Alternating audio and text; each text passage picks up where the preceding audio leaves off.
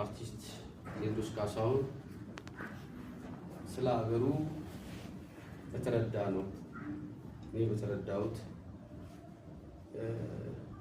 ሀገር የሞተችበት የቴዶ ያለቅሳል ሲል መቼም ኬንያን እንዳላለ ሱዳንን እንዳላለ አሜሪካን እንዳላለ ሁላችንም ማስተዋል እንችላለን።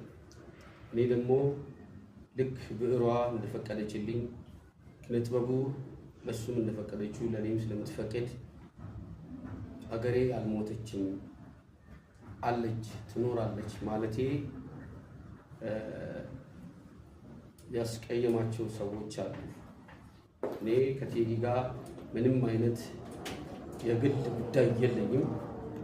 እንደማንኛውም ኢትዮጵያዊ በጣም አድንቀው ወደው በሙያዊ ችሎታው በጣም አድንቀው ሰው ነኝ። አሁን ተንፍሷል።